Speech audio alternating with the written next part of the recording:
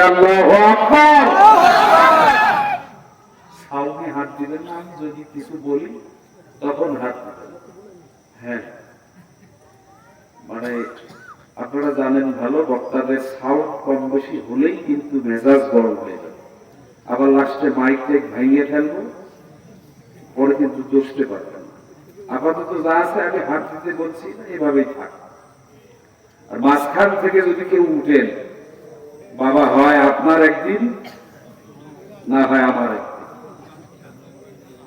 এই কথা বল না, ঠিক না? যাত্রার প্যান্ডেলে জীবনে অনেক গেছে, আজকে শুধু আমি আপনাদের কাছ থেকে টাইম চেয়েছি আধা ঘন্টা, অলরেডি শুরু হয়েছে মাত্র 10 থেকে 12 মিনিট।